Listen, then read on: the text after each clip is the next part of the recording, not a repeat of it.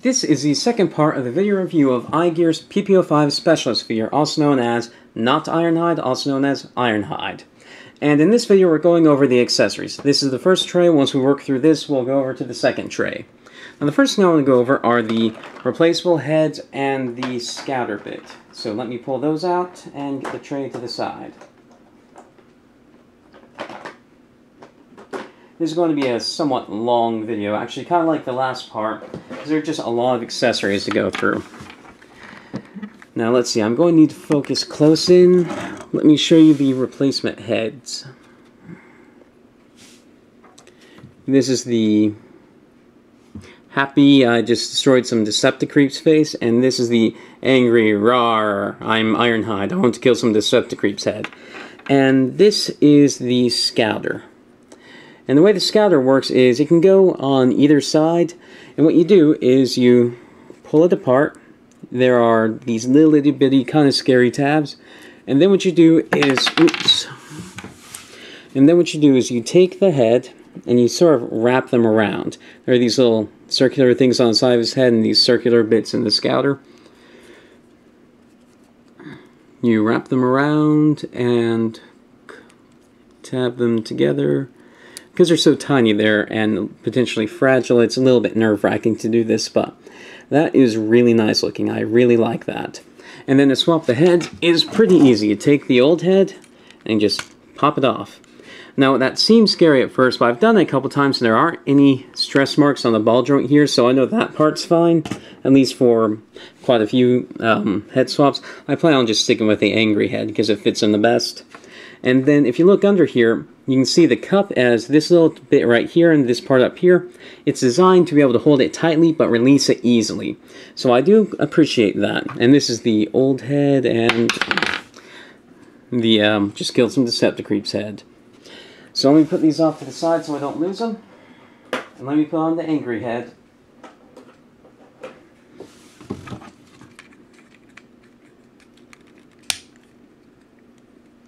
There we go. And now we're going to get into the actual weapon bits. The first thing damn phone. The next thing we're going to look at are his glue guns.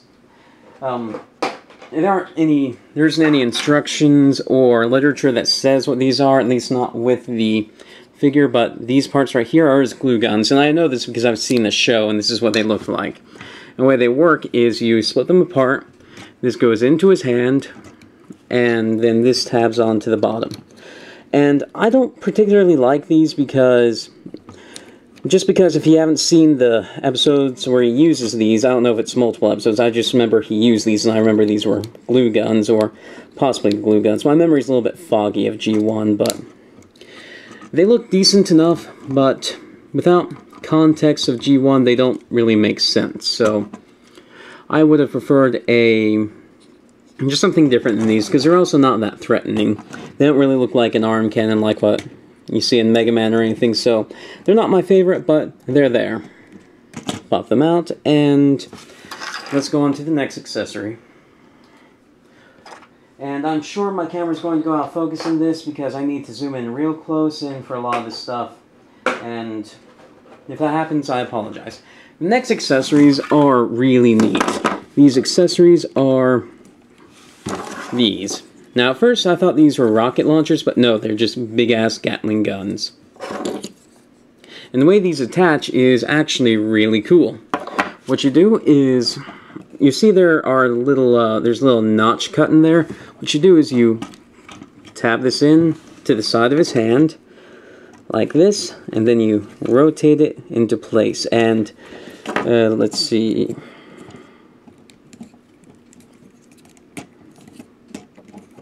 There, like that. Then he has these big-ass underhanded cannons. It's a little bit awkward putting them on the first couple of times. Like the first time I did it, I just didn't understand what I was supposed to do. So I just kept messing with it, and these guns are just so impressive. And I was a little bit concerned that if he'd be able to hold them, but his arms are actually really tight. So, yeah, I really like these guns. Now let's move on to the last component of the first tray, It's a little bit hard to clip these out. Move on to the last component of the first tray, and it's probably my least favorite of all these things. And it's also the best looking. It's this thing, and it looks like it's supposed to be an over-the-shoulder thing, but I cannot figure out how to get it to work. Now, the handle itself, you can't get it into the hand because the chrome makes it too big, and I don't want to stress a thumb off, so that's out. Possibly you're supposed to just have it in his hand like this, and then it's just off to the side. That's okay, I guess. And then there's a hole back here for weapon storage where you could plug it in, but then if you do that, it sticks way far out back like this, so that doesn't really work, and I just don't understand what that's supposed to be. If anyone knows exactly how that's supposed to work, please tell me, because I'm kind of baffled here about that. So that's the end of the first tray. Now let's move on to the next tray. The next tray, the parts aren't as big, well, two of them are, but well, let's just get into them. The first one is really impressive.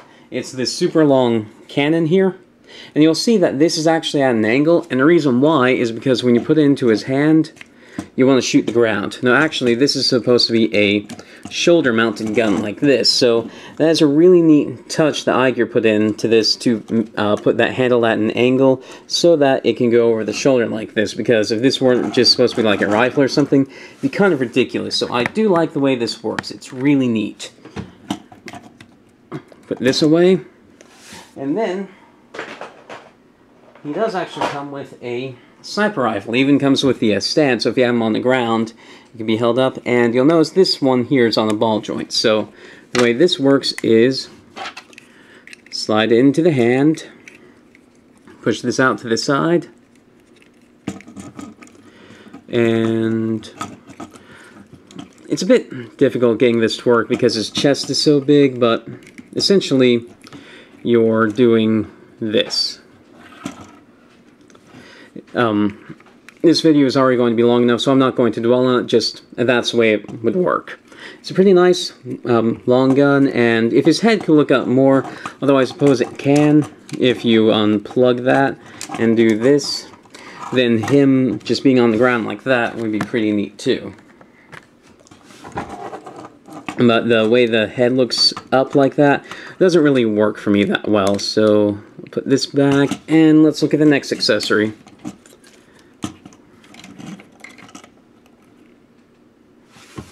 The next accessory is, let's see, what should I do next?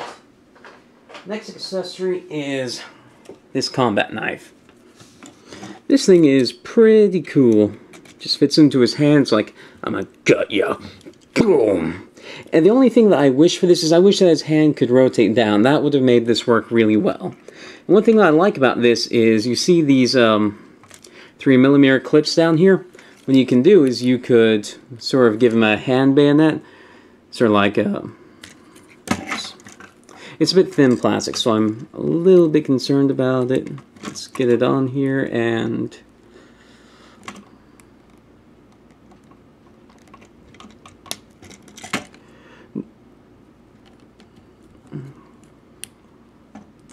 Well, that's not working like I thought it would. I guess, yeah, I've stressed the plastic, so don't do that. I was thinking that he could be like, I'm Wolverine, I'm gonna get you with my hand, but apparently that doesn't work. It seems like it should, though. I'm not really concerned about having bent the plastic here, because if that doesn't work, it's not really worth it. So, it'd be nice if you could have stored it like that, but oh well.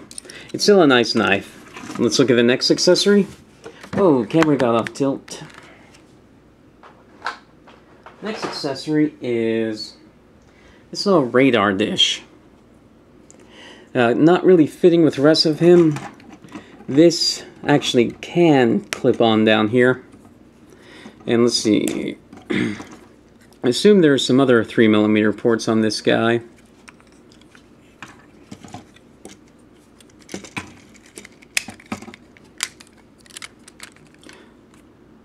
Well, it's a silly little accessory. I didn't even notice it until I started this review, and I dropped it. I'll get it a bit later. It's just a tiny little accessory. I don't really care about it. Let's move on to the next big thing.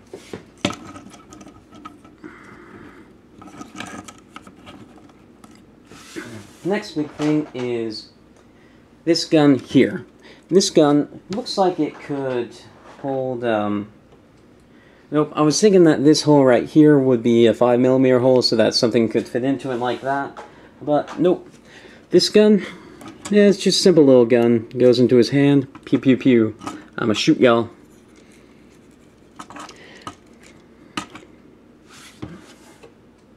And then the final accessories are pretty neat. These are buzzes. And the way these work is almost identical to the glue guns. In fact, I think they, except for the tip, they're exactly the same molding. So, I'm going to put this in on top, this in on the bottom. And that is really cool. In fact, that's probably how I'll display him, because this way he looks sort of maniacal, especially with that angry face and then the scouter. Now, these are probably my favorite accessories. I also like those really giant guns from the first set, and then the over-the-shoulder gun, and the knife. Those were probably my favorite accessories, because everything else is okay, but takes a bit more effort to use. This thing, really easy to use, and these guns, easy to use. However, things like this, while it's impressive, it's hard to get him to hold both of these. I just didn't want to put in the time to do it. And actually, now that I think about it, if I could find that radar dish that fell, here it is. Radar dish probably is best suited to go onto this. So, there you go. And the glue guns were okay. I don't really like this, and yeah, these are the accessories. It's quite a bit, and I think it really does add something to the figure. And especially because with all these accessories, you can give the accessories to other figures too. So, yeah, and then you also get this gun that was just with the figure when you pull it out of the package that hides under there. So, yeah, it's a really nice figure. I do recommend it, just not from iGear, because if you watch the other review, the transformation bit of the review where I went over the robot itself, there were quite a few scary bits, parts that potentially may break. iGear has bad communication if a part breaks. You don't want to be stuck having to contact them for repairs. So buy from BBTS or Robot Kingdom, someplace that has good customer service. Because there are enough things on this figure that may potentially break that I do think it's worth it to have the insurance policy of having a... Well, it's just always worth it, but I think it's, in this case, exceptionally worth it to have to buy from a place that will help you repair your figure if it breaks. So, yeah, that's a review for Ironhide. It is a really nice figure. I do like it. I do recommend it. I reviewed Transformers, Power Rangers, Brave figures, Macross figures, just a ton of stuff. If any of that sounds interesting, please subscribe. Thank you for watching.